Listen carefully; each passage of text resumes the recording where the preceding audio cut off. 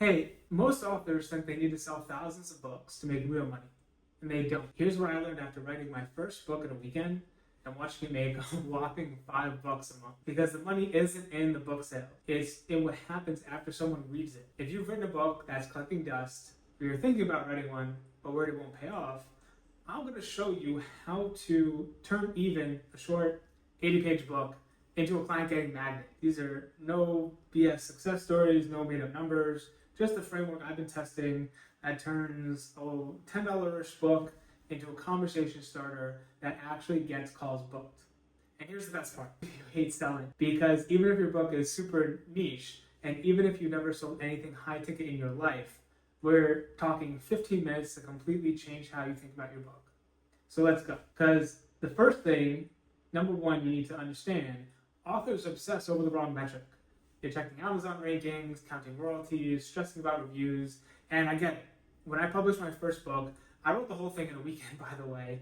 I was checking my sales dashboard constantly, and I made like $5 to $10 a month for something that, even though it only took a weekend, still took a lot of effort to create. But here's the mindset that really changed everything for me, because I stopped thinking of my book as a product and started thinking of it as a filter. So let me explain. What's more valuable?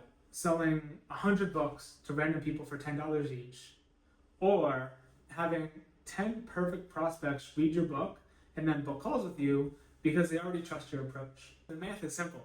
Even if you only close 2 out of those 10 calls at $2,000 each, that's $4,000 from 10 readers versus $1,000 from 100 readers. Same book, different strategy, 4 times the revenue. When your book becomes a filter instead of a product, it attracts the right people and repels the wrong ones. Most importantly, it starts conversations with people who already get what you're about. So here's the big shift. Stop measuring success by copies sold.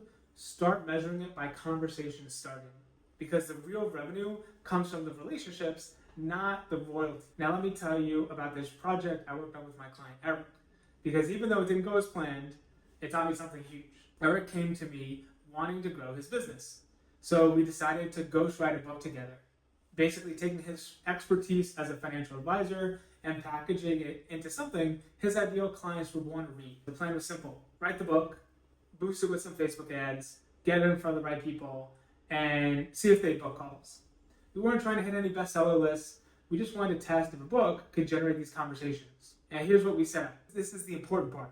We put a simple call to action inside the book. Not at the end where no one reads, like page 3, right after the intro. Just a simple, if you want help implementing this, let's talk, with a calendar link. Now, here's where life happens. Unfortunately, Eric's wife got diagnosed with cancer, and obviously everything else became secondary. So we had to pause the project before we can get conclusive results.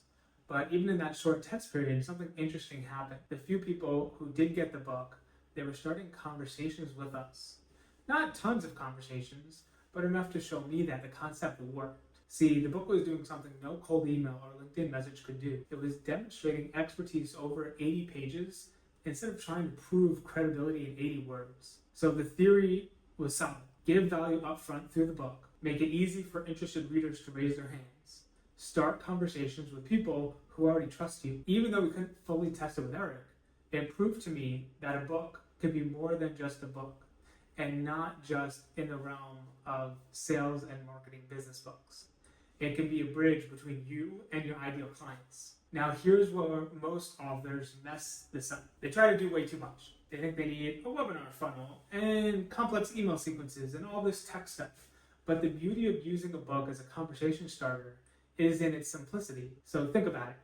Someone just spent maybe 2 to 3 hours reading your thoughts. They've invested time in understanding your approach. If they're not interested after that, no funnel is going to change their mind. So here's the framework I've been developing. First, your book needs to solve one specific problem for one specific person. Not business growth for everyone, and you're not changing the world with generic advice. More like inventory management for e-commerce brands, or content strategy for B2B SaaS. The more specific, the better the filter. Second, you need what I call breadcrumb CTAs throughout the book. Not salesy stuff, just natural moments where you mention, when I work with clients on this, or if you want my template for this, grab it here. These breadcrumbs do two things. They show you actually do this work, not just write about it. They show you actually do this work and not just write about it.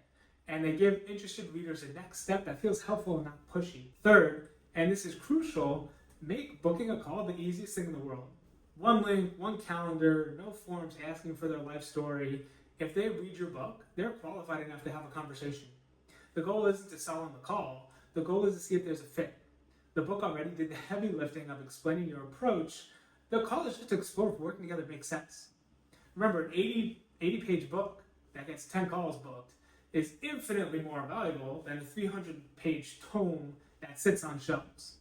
Focus on conversations, not word count. Now, I haven't personally taken this all the way to huge revenue numbers yet.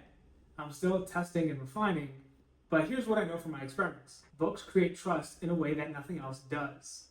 So think about it this way. We've been trained since childhood that books equal authority.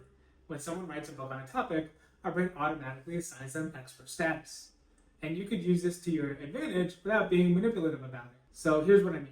Let's say you're a consultant who helps restaurants improve their operations.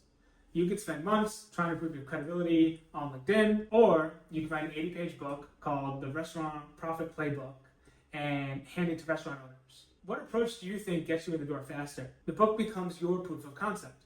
It shows you've thought deeply about their problems. It demonstrates you have a system. More importantly, it starts the relationship by giving value first. And by value, I mean effective tactics well communicated. And here's the thing about calls booked. They're a leading indicator. Even if your close rate is a low 20%, 5 calls can be one new client. One new client at $5,000 is pretty solid ROI on a book you wrote in a weekend. And the math gets even better when you realize the book keeps working forever. Write it once, and it's out there starting conversations while you sleep, while you're on vacation, while you're working with current clients. The real power here is not about book sales, it's about creating an asset that attracts the right conversations with the right people at the right time. Now look, if you're a business owner, especially if you're a business owner thinking about being an author, you're a dreamer. And I'm not here to sell you some dream about making millions from a book. Most won't.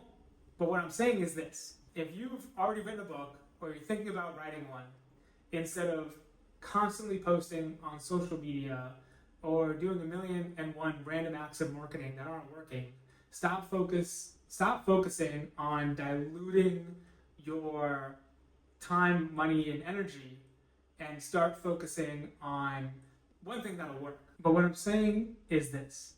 If you've already written a book or you're thinking about writing one, stop focusing on Amazon rankings and start. It doesn't need to be long. Mine are usually 80 pages or less. It just needs to solve one problem for one type of person and make it easy for them to say, hey, can we talk? Now, if this approach makes sense to you, I put together a simple template for the exact CTAs I use in my books. Nothing fancy, just the language that makes it easy for readers to book calls without feeling sold to. For anyone interested, the link's in the description, totally free, just to be of use to help more authors think differently about their books. But frankly, even if you don't grab it, just remember this. Every reader is a potential conversation. Treat your book like a conversation starter instead of a product and see what happens. That's all I got for today. If this was helpful, hit the subscribe button, and I'll see you in the next one where I break down how to write one of these books in a weekend without it sounding rushed. All right, peace.